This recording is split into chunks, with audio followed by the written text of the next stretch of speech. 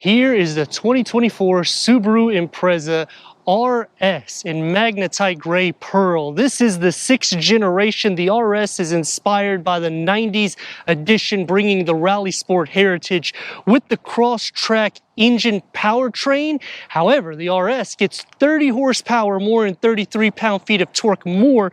Is it going to be the hot hatch that it used to be? I'm Anthony from Hawkeye rides a 10% stiffer chassis, the WRX steering response LED headlights, and LED fog lights, which you're not going to get this on the base trim. There's 3 options that you can pick from for the Impreza. No more sedan and no more manual transmission. 5.1 inches of clearance and a more box front structure with the gloss black that starts on the horizontal bars. The Impreza will be sharing some components from the refreshed Crosstrek, and it's giving us some goods, but we're not receiving the 2.0 liter. The RS is the only trim that gets the 2.5 liter boxer flat 4 with 182 horsepower and 178 pound-feet of torque, paired to a Lineartronic CVT transmission, which mimics an 8-speed automatic transmission. The only thing I wish is that they would option the manual. They have taken it out this year and going forward for the 6th gen, because this is paying heritage to the 90s for the hot hatches. That's what makes the Impreza what it is.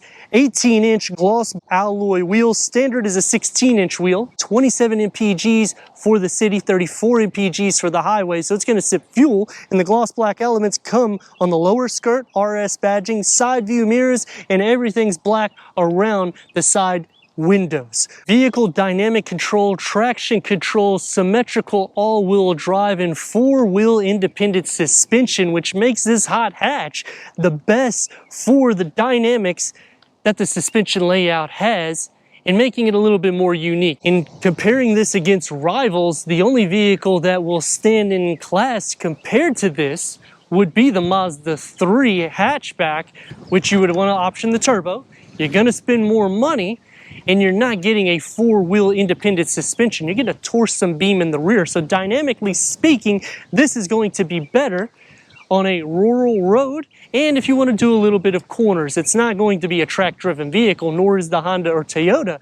Honda is going to be the longest variant, and it's going to be more grown up with that European design. The Corolla will be the smallest, and you would want to go to the GR Corolla if you want to unlock power. And then the same thing when you're going to Honda. So this slots in at a bargain deal with the upgraded suspension, horsepower, and torque because of the RS. And if you're not wanting to option the Crosstrek, this is going to feel a little bit more dynamic because it's lower to the ground. C-structure LED taillights, because this is the RS. Another area that would be nice that they changed is the lower.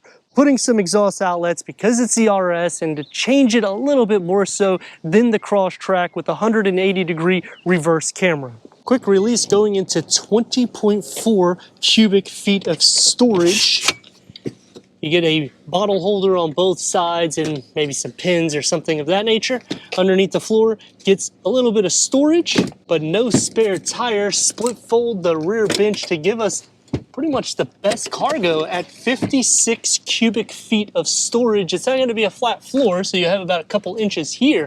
But because it's a hatchback, it's a wide opening and the clearance isn't too high. Let's go inside, start up this RS so you can hear that exhaust note.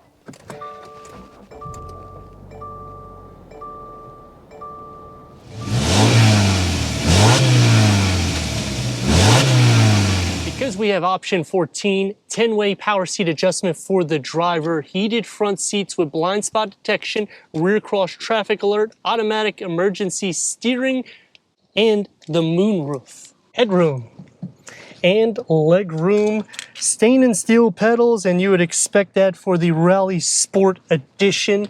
It's going to have a very similar interior setup as the Crosstrek. Basically the same exact thing. And the Legacy, you'll notice the way everything kind of shifts in, except you're not getting any storage in the passenger side. 11.6-inch infotainment screen, touch with Apple CarPlay, Android Auto, Sirius XM, AM, FM, streaming Bluetooth audio. Put it into reverse, and 180-degree reverse camera. The big con I have here is it's not the full screen. You're losing half the real estate.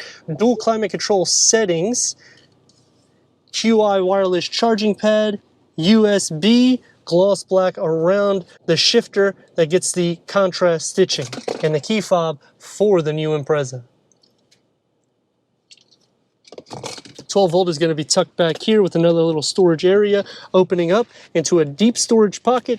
It's just pushed back because of the design of the Crosstrek.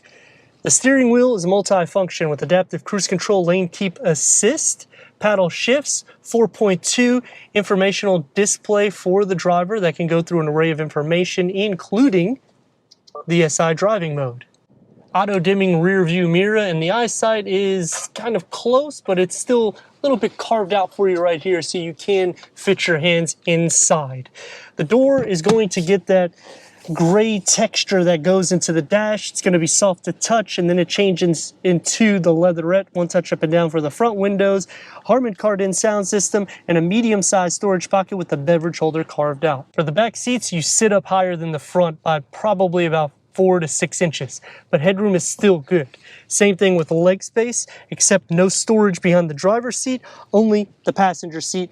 USB ports, cup holders with an armrest, and the door is going to have the same materials that's found in the front, except they stripped the carpet out here. It's only going to be soft to touch where it needs to be. A smaller storage pocket with about 2 beverage holders carved out. The floor is not completely flat, and this kind of drips, so you have to kind of turn to fit. You will be sharing some feet space, butt and shoulder space as well, but not a huge amount for the butt and shoulder. And the same thing for headroom. It's not actually that bad for the size of this wagon. 182 horsepower and 178 pound-feet of torque. 30 more HP and 33 more pound-feet of torque is something that's welcome. Look at what you get.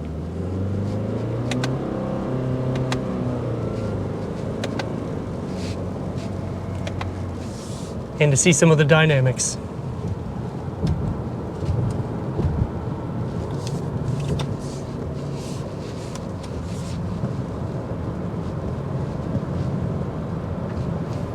It's holding itself well. It's a light vehicle already though. And to see the real test. Pulled out good.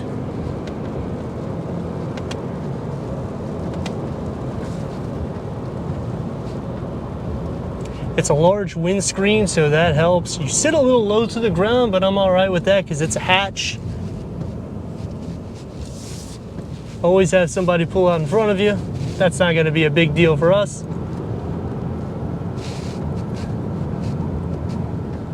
Still gripping the road. No wheel spin. It's impressive.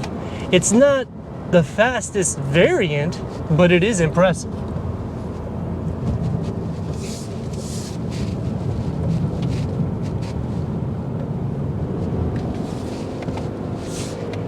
Now with the Mazda 3 hatch, some of these corners that I was doing, you will start feeling it slide because of that Torsum rear beam. Because it's four-wheel independent suspension, it holds itself. I mean, it's a good suspension layout. It has a good amount of power.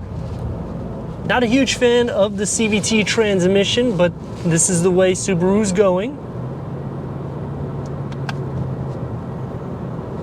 Road noise is going to filter in because it's a hatchback. It's going to take me to some pros and cons. Starting with the pros is you get a different powertrain only for the RS, but it does enter into the $30,000 price realm, which is still the least expensive hot hatch compared to Toyota, Honda, and Mazda. Now, when you go into Mazda, it will escalate to around the mid-30s to near $40,000. But the difference there is you're getting a turbocharged, which is a lot more powerful than this. But then the suspension in this is better.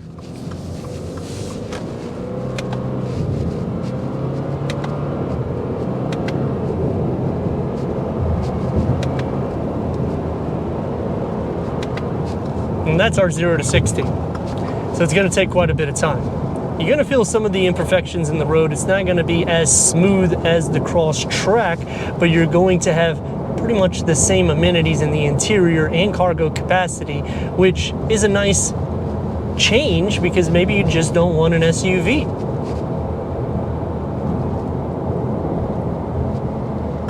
And some more pros is you can option features in which we have for the power seat, heated seats, moonroof, rear cross traffic alert. Some cons about the vehicle is because it's rocking the RS badge.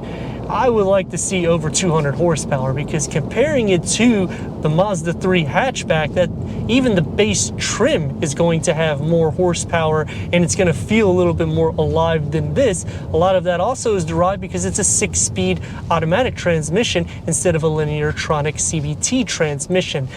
Taking me to some other cons is the interior is a Crosstrek. I want it to be unique, especially because it's RS. I get it, you're only spending a few grand more, but it would be nice to see some changes in the dashboard configuration. Maybe make a smaller screen. Don't put the 7 or 2 7-inch screens, because that's just outdated, but maybe make a 12-inch screen just for certain models, or for the Legacy and the Impreza. And because of the speed, you're gonna get pulled over. If you want to find out what happened, ask me in the comments. Another con about this is the auto start stop. When it engages back into the engine, it does a hard shake. I can understand it's a lower priced vehicle, but they could make it a little bit more smoother for the transition, because now I'm going to be concerned about my engine mounts because of how much shaking it's doing between light to light.